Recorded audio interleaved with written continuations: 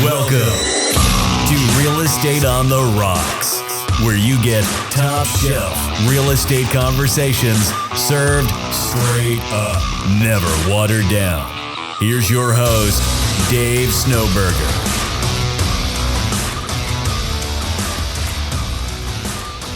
Welcome back to Real Estate on the Rocks.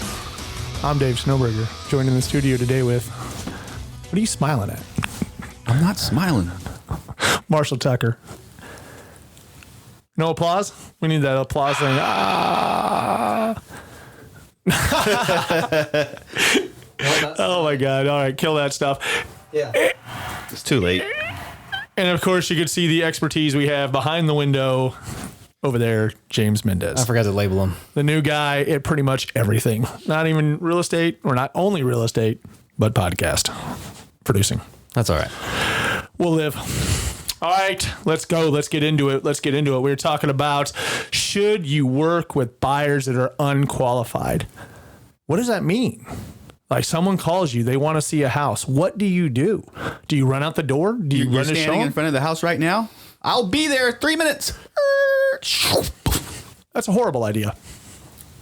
Tell them why it's a horrible idea. You sound like you just crashed. So I may have crashed. I'm running the rest of the The way way. he drives? Yeah. Definitely don't do that.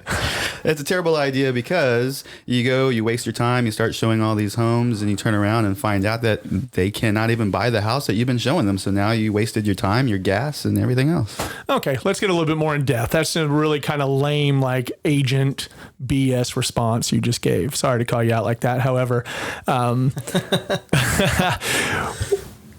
let's drill it down a little bit more. Like, why really do you not want to do that? Of course, you hit some really good points in there. However, it's did you ask some qualifying questions? And that really comes down to some of the script practice or knowing what to say beforehand, before that phone rings. Like, are you working with an agent? Might be important.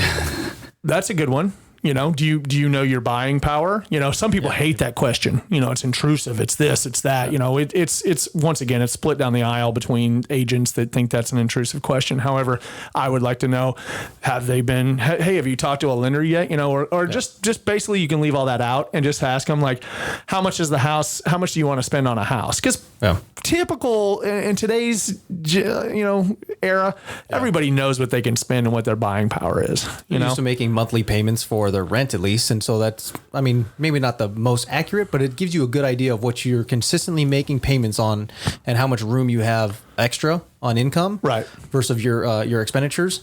So you can kind of ballpark it. Maybe you can afford a couple $100 more on your home. Maybe not. Maybe that's like at the top of your range. Right. And typically that's up to a lender to find out. However, people generally have an idea of what they can spend. We want to spend about $250,000.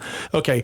Well, you're aware that you're looking in Austin, Texas, and anything $250,000 wise will really be on the outskirts of Austin. Where do you work? So now you kind of change the subject a little bit, and just kind of, hey, where do you work? Do you work local to the house? How many minutes are you away from your office or whatever you do? Do you work from home? More qualifying questions.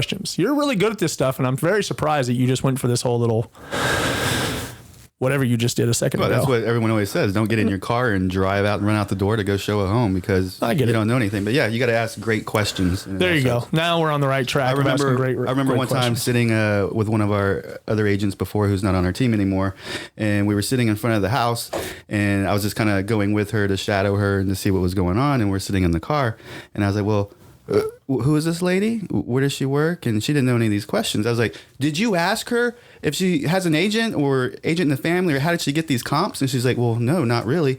I was like, okay, let's go.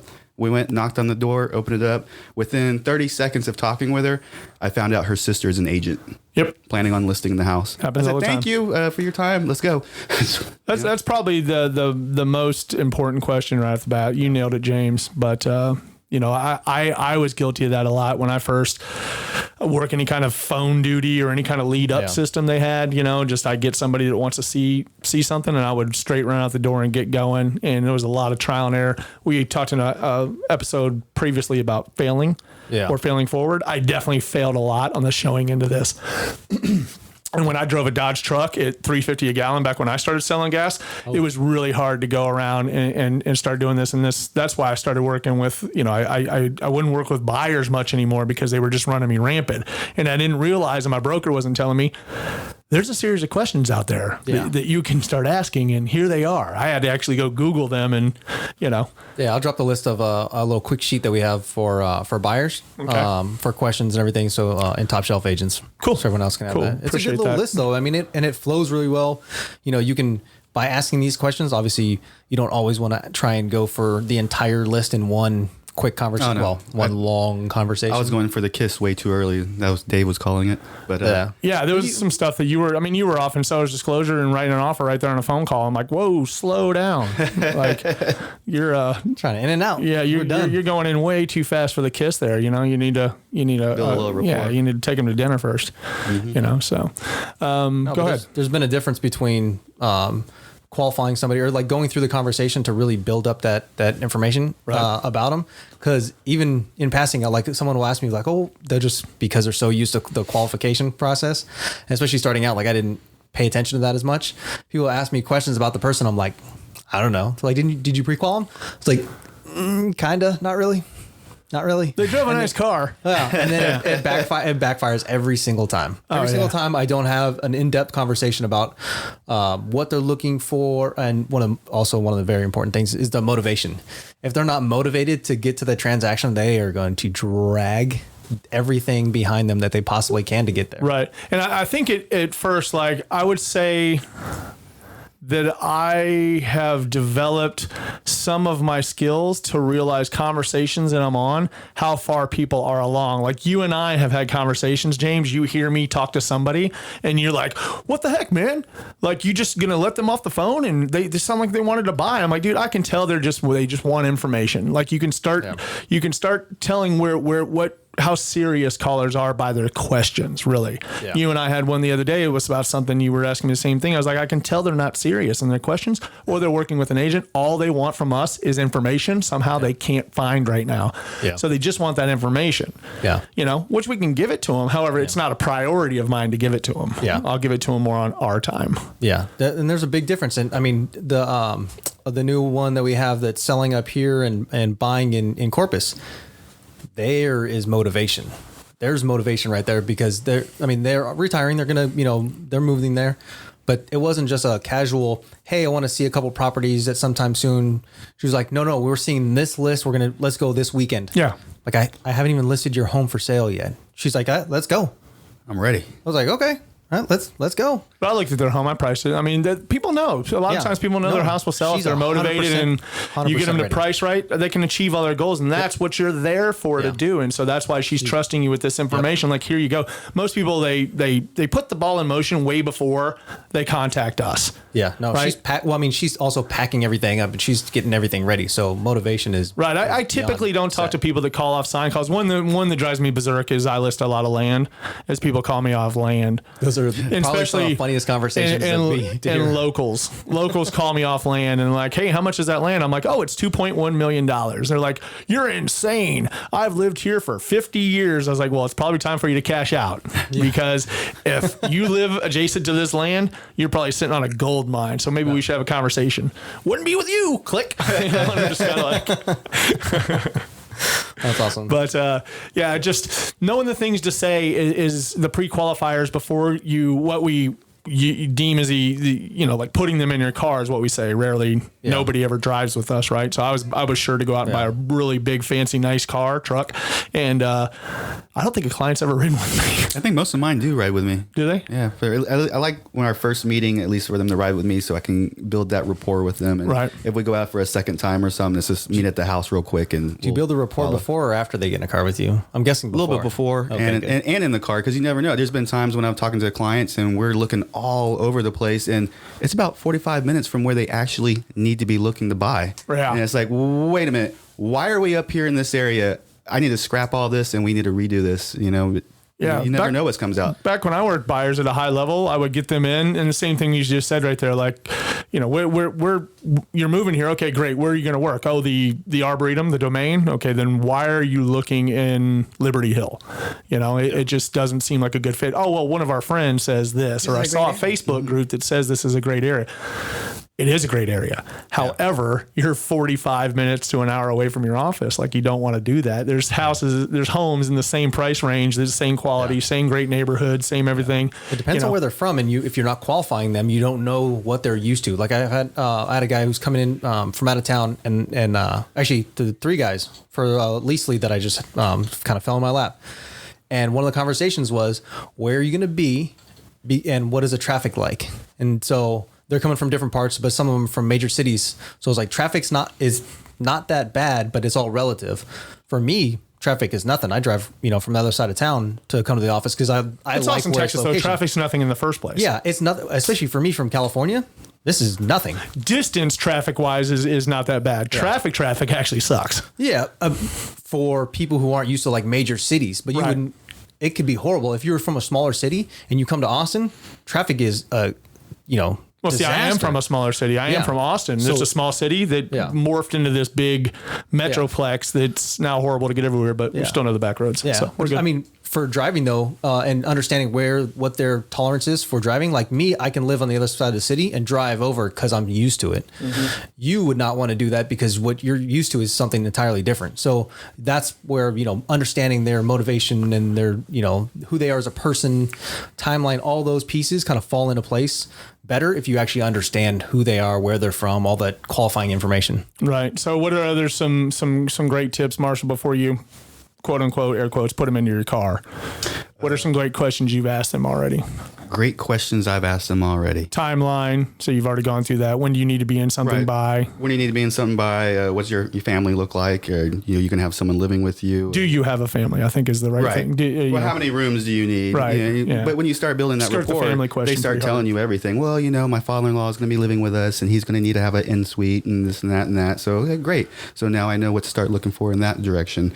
Lender questions like about your job. So you're moving here for a job. When do you start your job? And do you have a relocation package? Right. Yeah. So, yeah. Okay. Question. I've seen this pop up quite a few times on some of the different Facebook groups. Do you, for Pre-Qual letter, I know a lot of people say they do normally about 1 or 2 showings if they don't have a Pre-Qual letter, and then anything beyond that they have strict. It depends on the feeling that I'm getting from them. And if I see that they're already making the moves to speak with that lender, because I can see the email or whatever go by, and they're taking the necessary steps, yes, I will meet them at a property that, is in a reasonable price range and show them. When I started out, I think that speaks to the agent, right? So I believe it's where you are. I want people to get qualified with this stuff and have a better understanding before they put somebody in their car. However, when you're new, it's almost like we have talked about with you, James, that you just have to take every opportunity your way.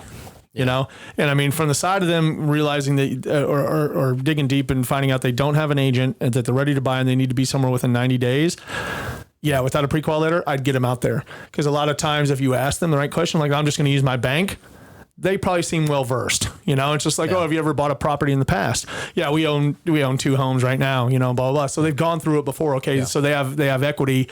They have something. Are you selling one of those homes? Now that sparks another great question. Do you have to sell one of those homes? Yeah, but it's in California. Well, no worries. I have agents in California too, and just, it's every question is an open-ended question that can lead to a conversation that better equips you into working with those folks. But I think that's a skill also that can be developed is reading people. Mm-hmm. To see whether they need to speak to a lender or not. Yeah. But everybody needs to speak to a lender, but they might be buying cash. Yeah. I've only had, and some people were like, oh, be careful. Some people get upset about asking about the lending, whether you're going to finance it or not. I've had one person come back a little upset about asking about that. They're like, oh, I have cash. I'm like, hey, calm down. Vast majority of people, even if they have cash, finance a portion of it anyway. Not everyone's just paying 100% cash. Because are you paying cash or do you need to speak with a lender? Yeah. Easy. And so, I was kind of avoiding that because of some of the feedback that I've had from other people in the beginning with their quote unquote experiences with people. And after I stopped doing that, ignoring them and just asking the questions, just conversations flowed a lot better. Where they're at, are you selling your home to purchase this one, or is this an investment property or something like that, leads on to better questions and better answers.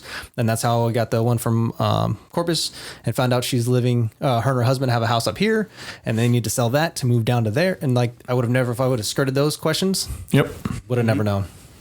Booyah. As I used to tell you in the beginning, opportunity. You're missing a lot of points there. It's like, well, ask him this, ask him that, find out a little bit more about that, because there's gold, behind all those questions. Yeah. It's just memorizing all the questions and then, or keeping the sheet in front of you. Who, what, why, where, when. That's a good one right there. Who are you? What are you calling about? Why are you calling? Yep. When do you need it? How are you going to pay for it? Who, what, why, where, when. How? Boom. How? Oh. High five. I thought you were high-fiving me. You were howling. I was howling. Anyway, so any more actionable tips on that? This one's going to be a quick show today, I can already tell. No, I mean, just going through the questions, asking great questions. How does Paul say it? Ask great questions, ask them often, something.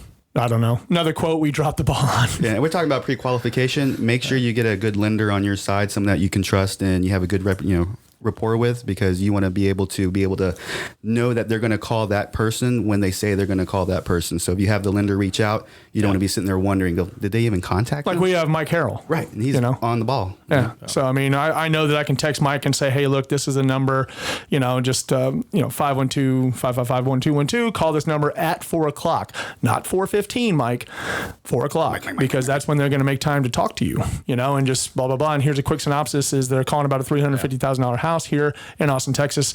Make it happen, bro. Yeah. 4:15, talk to them, sending a letter out now. They're qualified for the weekend. Let's go. And just kind of boom. Then we turn it over and we start showing homes. And somebody who's versed, find a lender that actually knows what they're doing. I just got a story from another agent. I guess the guy promised, said like, oh, there's no problem. We can get this deal done. This percent down, this interest rate on this type of loan, no problem. 21 days later, after contract is submitted, out of option, comes back, we can't do that at all. It's like, what? You can't do that deal at all. It's a higher payment, earnest money, and then, and then a higher interest rate on the loan. I had one fail out a couple weeks ago too. Yeah, because the lender overpromised something that he could absolutely not deliver on. But that wasn't Mike Harrell. No. That was not Mike Harrell. Let's be very clear about that. Mike Harrell, it was not Mike Harrell over at Guaranteed Rate. Yeah, that's why you either use Mike or find a better agent. And you can find Mike Harrell at info@realestateontherocks.com or get a hold of us through Top Shelf Agents out there. Remember, if you're going to go ahead and participate in some, maybe our podcast, maybe some questions, maybe some feedback, we would love to have that over at info@realestateontherocks.com or join our Facebook group over at Top Shelf Agents. Marshall, anything else today? Hope you have a great day and go kill it. All right, there you go. If you need us, you know where to find us. We'll see you next time. I'm out.